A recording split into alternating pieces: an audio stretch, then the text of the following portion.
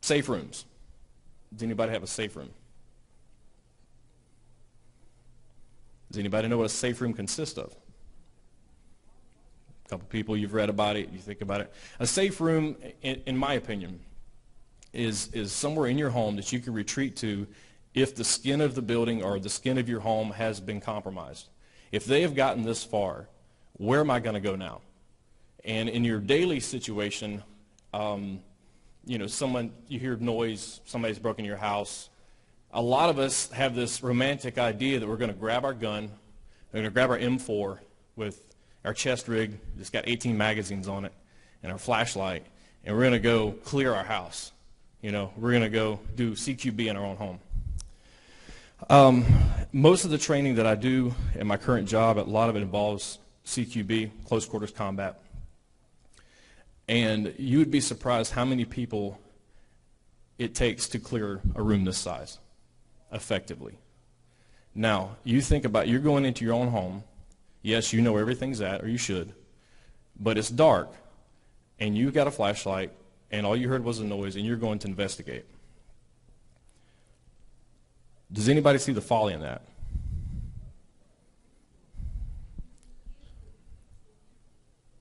That's right. That's right. You're going into an unknown. You're going into unknown. You're leaving a known situation, going into an unknown situation.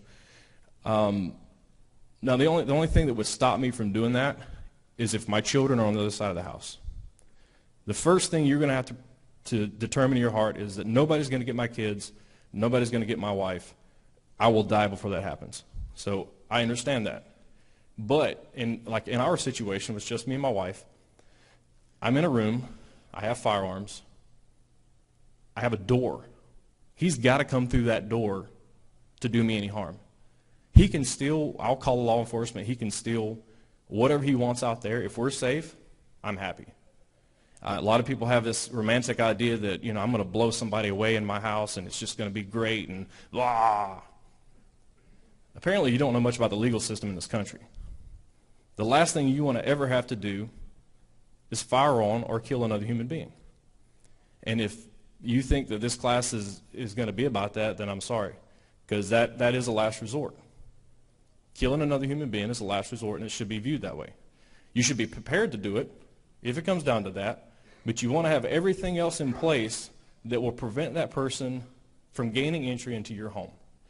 Now, with the safe rooms, I pretty much consider my bedroom a safe room. We also have a closet, and we are modifying that closet right now because I have a basement where if my wife is at home or I'm at home and the threat is too great, and with all the weapons and the dogs and the shotguns and the body armor can't take care of it, we go into that room, drop down a ladder, down into the basement, and exit the home. So everything you want to do should be setting up so you don't have to fire that weapon. And we will get to weapons in a minute, and I will go over the type of weapons you want to look at. I know a lot of people come up, what do you recommend for, I'm a first-time gun buyer, what's the best rifle, things like that, and we will get into that. And actually, that's our next. The arsenal. Is it your first option or is it your last resort? And I kind of just covered that, but you do want to look at it as a last resort, but a viable resort if necessary. Proper weapon selection. Who here owns an M4 or an M16 or some version thereof? Oh, cool. Usually it's a lot more people. That seems to be the thing nowadays is everybody wants to, you know, the gun that killed Osama bin Laden or whatever. You see them out at the range. We go and shoot quite a bit. And I'll see a guy or a woman or whoever, and they got this really cool tricked out M4, and they sit down on the bench, they prop it up, they put a big magazine in it, and they just shoot round after round after round after round as fast as they can. Not only is that bad as far as training and you're developing bad habits, but what good are you doing? You're not. Wasting ammo. Wasting ammo, exactly. When I first started writing for the magazine, Ed wanted me to do an article on shotguns. And some of you may have read it, maybe not. I would suggest a shotgun to be the first firearm you buy if you don't already own one. You know, unless you're old or infirm and you can't handle one, I suggest a shotgun. And the reason being is a shotgun, I can hunt with it. I can, take game. It's the best thing you're going to have within 75 yards in a combat situation. So it's not, and you can get the ones that are all tactical out and high speed, low drag and everything, but just a good old-fashioned pump shotgun, 870, will do most of the things you need to do. And there are some upgrades you can do to it to make it a little more effective, extended magazines and things like that. But I would get a shotgun. After that, a handgun. And when you start buying these things, it's been a real journey between me and my wife trying to figure out what's the best for me and what works for her. She does shoot firearms. I taught her how to shoot. We've done a lot of training together. And she can shoot my M1A, but it's not her favorite. And we're still looking for the perfect weapon to fit her. And that's what you have to do. You have to look at, what am I trying to accomplish with this weapon? How effective is it going to be at doing that? And can I handle the weapon? If you're properly trained, I don't care if you have a single-shot shotgun, if you practice with it, you can be very effective with a single-shot shotgun. It's not the coolest, it's not the best, but you can do it. I get tired of people trying to sell you all with this mentality of, I've got to look like Ricky Recon to defend my home. I have to have the latest $300 pack. I have to have, the chest rig with all the stuff on it, because you don't have to do it. Less is more. In the military and where I'm at now, every time our command tries to hand us something new to put on our gear, we gripe, we moan, we complain, we don't want it. Because it's heavy. It gets in the way. Most of the time we deem it not necessary, and it gets thrown in a backpack somewhere. So if you're in that mentality, and I don't think pretty much anybody here is, but that seems to be a prevalent mentality, is the more gear, the better off I'm going to be. It's not true. The more training and with the proper tools, the better off you're going to be. So that's going to lead me into my next one, handguns. How many own a handgun? What was the criteria when you selected your handgun? Somebody tell me.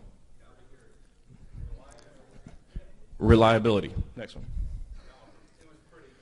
It was pretty. Gotcha. Somebody else. There you go. One of the trends that I've seen, and if you read gun magazines and you're in this industry, you'll see trends. There'll be the trend of everybody wants an AK-47. Then there'll be the trend of everybody wants an M4. And then with handguns, it'll be everybody wants a Glock, then everybody wants a 1911, and then everybody wants this and that. Well, when you know the industry is the people that push the magazines to sell their products, they create all these trends. So if you're a trend follower, you're going to be spending a whole lot of money, and you're going to have a whole lot of guns and still not be any better off than you was when you started. I shot the Beretta M9 in the Marine Corps. I was very good with it. I hate it. I hate that gun. It's too big to shoot a 9mm bullet. If you have one and you love it, that's fine. That's the key to it. Are you able to use your weapon? I've gone through 4 or 5 1911s, 45 calibers. I'm still waiting to find one that works all the time.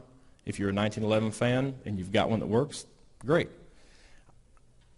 I've been using a Glock 22 for the past 4 years. I've shot the same Glock for the past 4 years at work. I've shot probably in the neighborhood to 250 to 300,000 rounds through it. I've never had a stoppage. I've never had one malfunction or one stoppage. I just finally bought a Glock for myself. It took me that long, and I'm probably stupid, but it took me that long. I didn't want to jump on the bandwagon to say, you know what, I'm just going to go ahead and get one. Because they're not pretty, but they do work, and they work all the time. Another thing that people don't really, a lot of people don't take into consideration is revolvers. Anybody here own a revolver? Nice. Nice. I'm a big Smith & Wesson fan. For personal protection, for my wife, I decided to get her just a nice little J-frame 38 revolver. And personal protection does not mean I'm in a gunfight where I'm battling 20 bad guys with my handgun and I need 6 reloads. Personal protection is get off of me, bang, bang, bang, and I'm running away. That's personal protection. Anything else is combat.